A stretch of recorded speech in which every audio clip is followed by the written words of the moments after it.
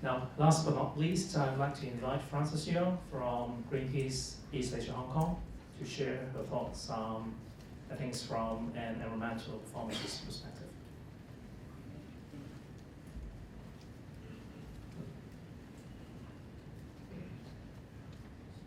Well, good afternoon. I will try to keep my presentation short and simple, or Simon will change after me.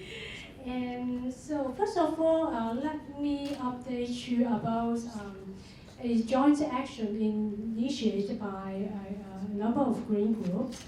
Last week, Greenpeace and other 8 green groups announced a joint statement in response to government's consultation on the electricity market. We have 2 major demands. The first is we want more energy efficiency for our electricity market. So we suggest aggressive energy efficiency targets should be given to the power companies. We believe they should bear more responsibility in promoting energy saving. So the second demand is open up the grid to distributed generation in order to encourage development of RE in Hong Kong. And this demand is relevant to our discussion today. Please be reminded that Greenpeace and some other green groups always support that Hong Kong should collaborate with the mainland to develop renewable energy with a regional approach. But we understand that these options probably is not welcome for the moment right now, because during the famous consultation, people tend to support local generation. So we will keep an eye on it. But for local situation, we think that there's still possibility for developing renewable energy. And the distributed generation is the answer.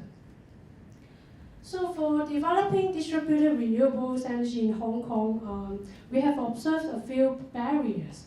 So the first one is access to the grid. Well, currently the grid is owned by the pool power companies.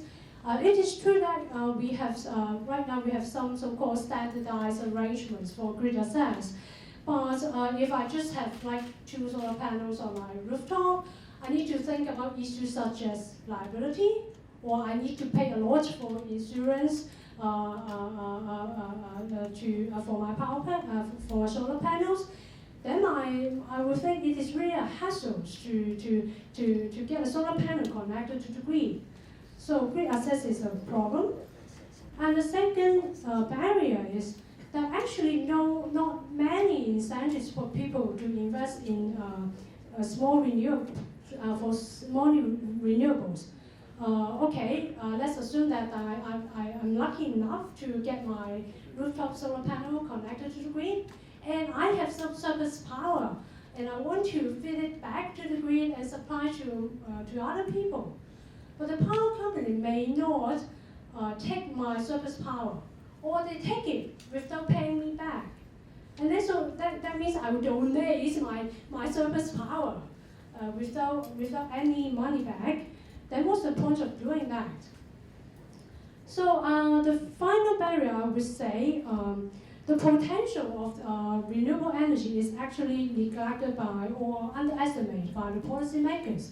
I always find that our government officials give some very pessimistic views on renewable energy, like they always highlight geographical limitations or natural constraints.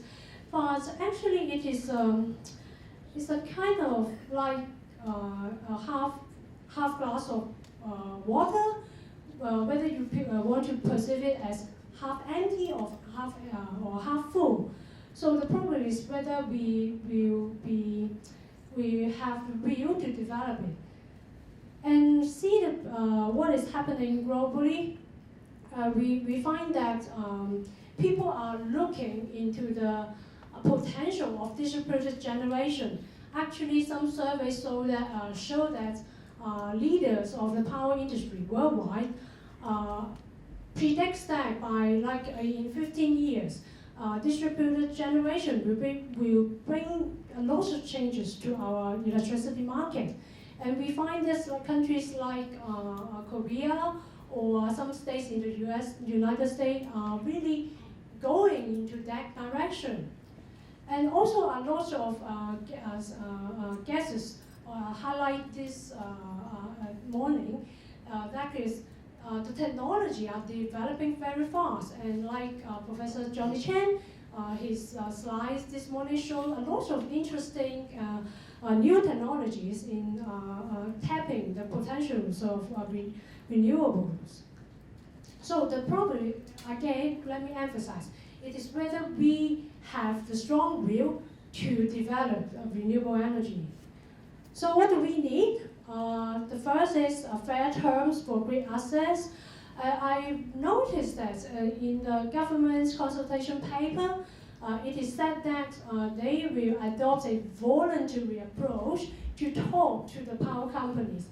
But let me remind you that in the consultation papers 10 years ago, the same thing was said. So we find that, okay, the government said, okay, let's talk to the power companies again and again. So I really wonder what further will be done in order to achieve this goal. And the second thing we need is feed-in tariffs. I think a lot of guest speakers today highlight this policy too. And in fact, feed-in tariffs is a good way to well, it gives a guaranteed minimum price for the electricity, RE power generated, but it is also good to develop RE more in a cost-effective way. I remember Prentice from WWF, he just asked a question, whether it is a SOC arrangement that reward renewable energy investments of the power company on fixed assets. So is it that reason that make renewable energy so expensive?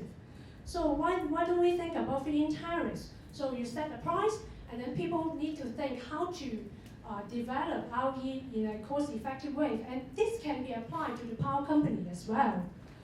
And finally, I think the direction or leadership from the government is also important.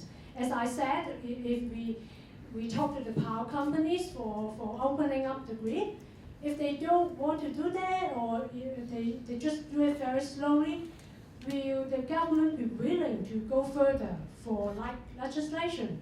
So this is what I want to know. Hopefully there's some government representative here to answer my question. So that's all for my presentation.